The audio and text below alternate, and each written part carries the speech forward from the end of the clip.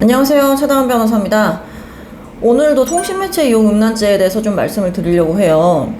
제가 성적인 욕을 하는 경우에 모욕도 성립하지 않고 명예훼손도 성립하지 않으니까 사람들이 통신매체 이용 음란으로 고소하는 케이스들이 많은데 실제 죄가 안 되는 경우들도 허다하다 이런 말씀을 드린 바가 있습니다. 요즘 통신매체 이용 음란죄가 많이 성행하고 있는데 그럼에도 불구하고 아직까지도 로톡이라던가 다른 매체를 통해서 혹은 인터넷을 통해서 변호사와 상담을 했을 때 무조건 이런 거는 죄가 된다. 당신이 성적으로 불쾌한 말을 했고 상대방이 성적 수치심을 느꼈다고 하니까 성립하는 게 맞아요 라고 얘기를 하고 있대요. 최근에 그런 얘기를 듣고 또 저희 사무실에 방문하셔서 상담하신 의뢰인도 있고 했기 때문에 이 부분에 대해서 오늘은 유죄가 되는 판례에 대해서 좀 설명을 드리려고 하거든요. 무죄 혹은 혐의 없음 아니면 이제 유죄의 판결을 받게 된 의뢰인들의 경우 혹은 케이스들 일반적으로 공개되어 있는 판례에서의 케이스에 대해서 제가 저희 사무실 블로그에 정리를 많이 해놨어요. 저 같은 경우에는 담당을 하게 되는 사건에 대해서나 아니면 관련 사건에 대한 판례를 대법원 사이트에서 많이 구매를 해서 읽어봐요.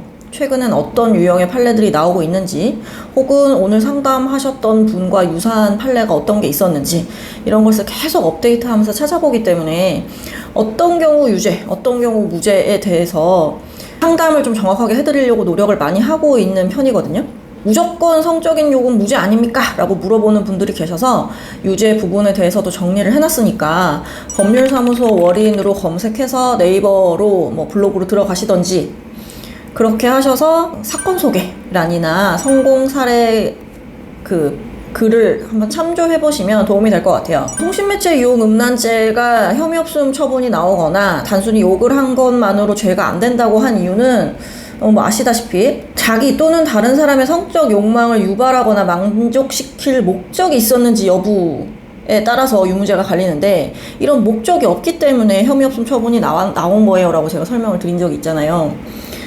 그러면은 과연 이 부분을 법원이 어떻게 정의하고 있는지에 대해서도 한번 말씀드릴게요. 성적 욕망에는 성행위나 성관계를 직접 목적이나 전제로 하는 욕망뿐만 아니라 상대방을 성적으로 비하하거나 조롱하는 등 상대방에게 성적 수치심을 줌으로써 자신의 심리적 만족을 얻고자 하는 욕망도 포함된다. 또한 이러한 성적 욕망이 상대방에 대한 분노감과 결합되어 있다고 하더라도 달리 볼 것은 아니다. 라고 대법원이 얘기하고 있어요. 성적 수치심이나 혐오감을 일으키는 것에 대해서는 피해자에게 단순한 부끄러움이나 불쾌감을 넘어 인격적 존재로서의 수치심이나 모욕감을 느끼게 하거나 싫어하고 미워하는 감정을 느끼게 하는 것으로서 사회 평균인의 성적 도의관념에 반하는 것을 의미한다라고 얘기하고 있어요. 말은 굉장히 어려운데 결국 이게 뭐냐면 정말 오롯이 나의 성적 만족, 성관계 이런 거, 성행위나 성관계를 직접적으로 목적이나 전제로 하는 욕망뿐만이 아니라 성적으로 비하하거나 조롱하는 것 역시 성적 욕망에 포함된다는 거예요. 그렇기 때문에 굉장히 구체적으로 성행위에 대한 묘사를 하면서 욕을 하거나 그런 경우들이 있는데 그런 경우에는 유죄로 될 가능성이 꽤 높겠죠. 성적 수치심이나 혐오감을 일으키는 것이라는 것도 일반적인 사회 평균의 도덕관념이나 이런 거를 따져봐야 된다는 거예요. 그렇기 때문에 내가 어떤 말을 했어. 그러면 들은 상대방이 대학생 혹은 여성 이런 경우라면 여성에 대한 성적인 욕을 했을 때 그 사람이 일반인이라면 당연히 성적인 모욕감을 느꼈을 만 하잖아요. 그렇기 때문에 유죄로 본 판례가 있다는 말이에요.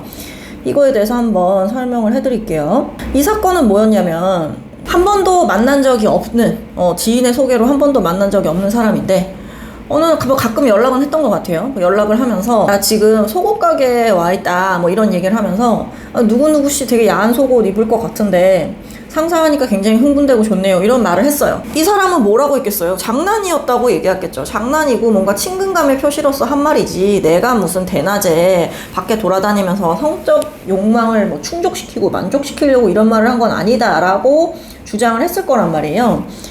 이 사건에서 A도 무죄로 주장을 했어요. 자기는 죄가 안 된다. 통신매체 이용 음란은 아니다. 라고 얘기를 했는데도 불구하고 법원이 뭐라고 판단했는지 말씀드릴게요.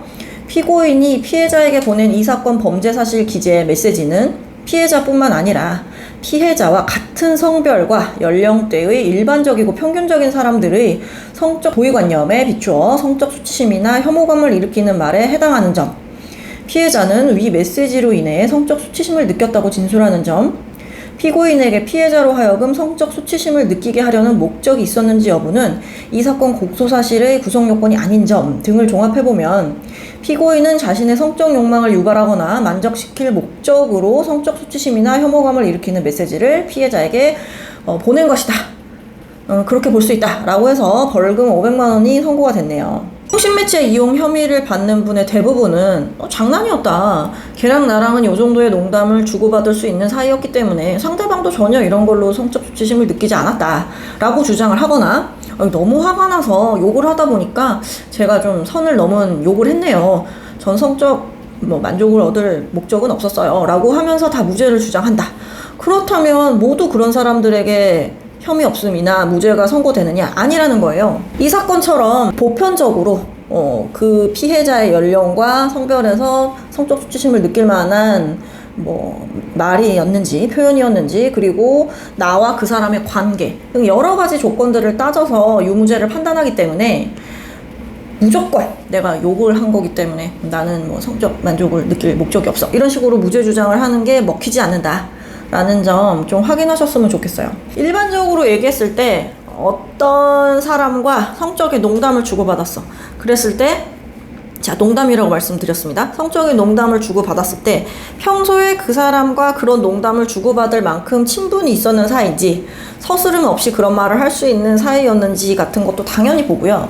그리고 내가 문제 그 발언을 했을 때 피해자의 반응까지 다 본단 말이에요. 피해자가 갑자기 정색하면서 저한테 지금 무슨 말씀하시는 거예요? 라고 하는 경우 그런 게 입증 자료로 있다면 유죄가 될 가능성이 매우 높고 그게 아니라 막 깔깔깔깔 거리면서 와 역시 누구누구 씨는 센스가 있으시네. 오늘 그럴 거 어떻게 알았어? 이런 식으로 만약 농담으로 받아쳤다.